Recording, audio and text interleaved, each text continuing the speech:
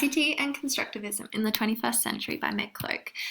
Quickly, Constructivism is self-regulated, student-centered learning where the student creates and participates in their own learning. It's experimental, experiential, and social.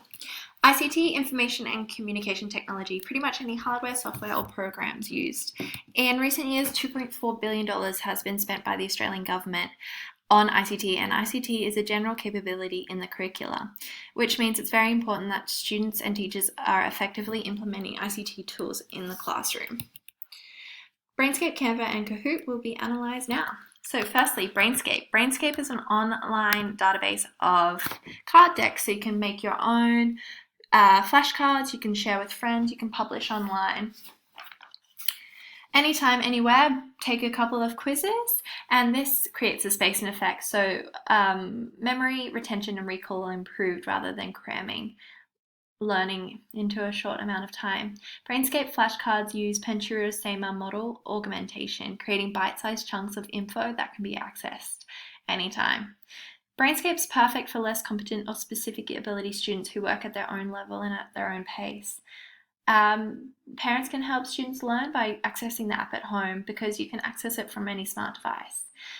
Brainscape can be used as a pre-class quiz to prime interest and create a thirst for knowledge, or instead as a revision tool to consolidate knowledge. So here we've got some questions. Reveal the answer. If you knew it about halfway, not at all, perfectly, you'd click how well you know it, and then your percentage of mastery increases on the side here. This display of mastery allows for student reflection and self-assessment of their learning and the effectiveness of the learning tools they've chosen, which is a constructivist approach of reflection. Brainscape is student-centered, so students write their own questions, their own answers, and decide on how many cards they want and how hard they want the cards to be. This supports diverse learners of all ages and levels. Decks are personalized and therefore can benefit children with specific intellectual abilities as students work at the right level at the right time. A sense of autonomy and mastery within students should be increased by Brainscape, which increases perception of self-efficacy and hence leads to improved intrinsic motivation to learn and achieve. Brainscape is quite safe as it is a personal solitary tool. Plagiarism is not an issue as it's a study tool rather than an assessment, but publishing online sources should have referencing and should be acknowledged. Brainscape's strengths: anytime, anywhere, quick and easy, mastery percentage involved. No wrong answers, no failure, which is great. Weaknesses though, students can falsely overrate their sense of mastery, and Brainscape only assesses basic understanding and memory recall rather than higher order thinking skills of analysing, creating, and evaluating. Kahoot. Kahoot is an online learning platform that incorporates quizzes, jumbles, discussion surveys across the world. You can create your own Kahoots here, and that creates a learning, engagement, experiential learning experience that is fun, personal, creative, and autonomous. Learning self-directed. Teachers just provide scaffolding at the right level, at the right time for students. Kahoot is optimally used in a group context, fostering both cooperative and collaborative learning.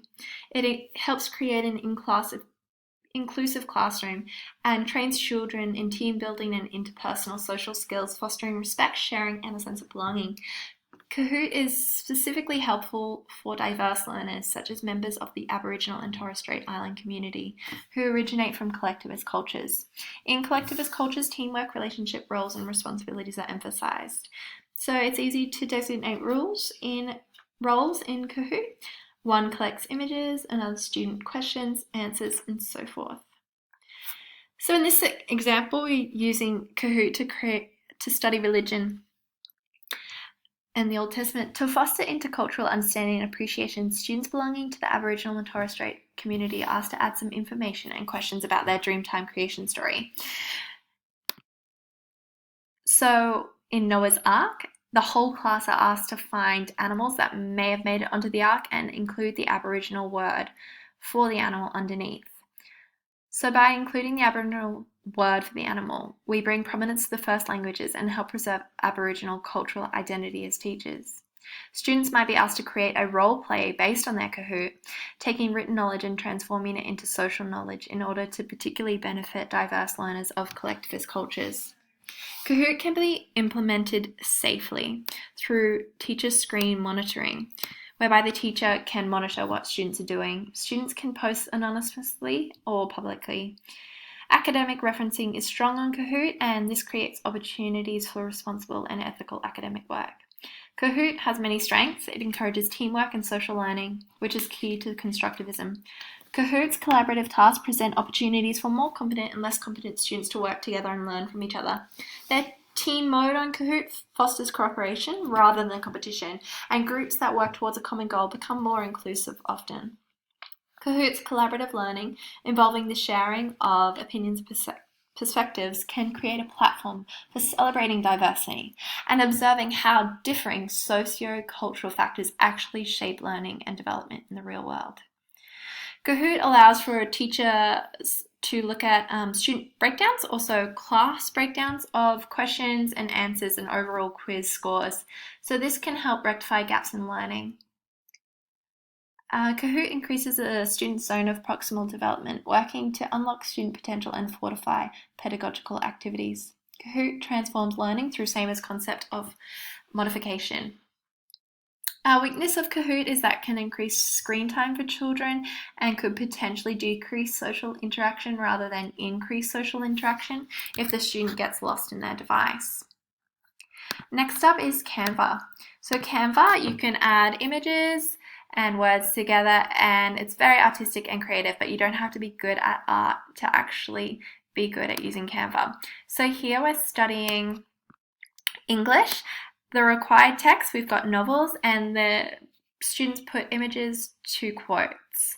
And you can obviously change the words, change the images, upload your own images, and that is Canva. Lots of options here. So this is a transformational redefinition tool. With Canva, students are learning through constructivism by directing their own learning. Guided discovery learning, a student provides instructions and guidance, and the student goes on their own personal learning journey. Canva ignites creativity and self-expression without being too difficult or requiring a lot of artistic work.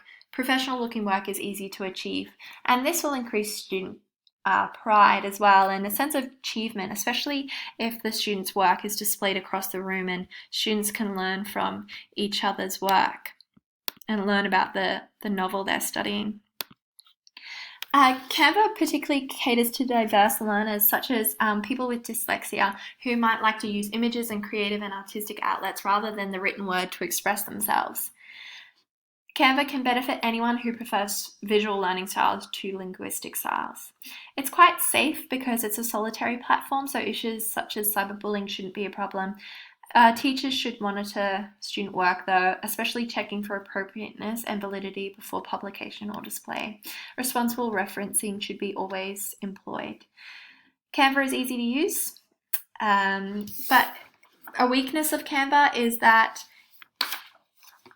it's not a holistic learning tool. You'd have to add other pedagogical practices to create a fulfilling learning experience. But another strength is that it improves intersubjectivity, combining art, design, photography, and literature into a creative, expressive, enjoyable learning experience for students. It helps to, in this English example, it helps create a personal link for students. So they're making novels, characters, and quotes their own and viewing them in relationship to themselves, not just as a text that they have to learn for class. So they're the 3 learning tools, and here's the references. Thank you.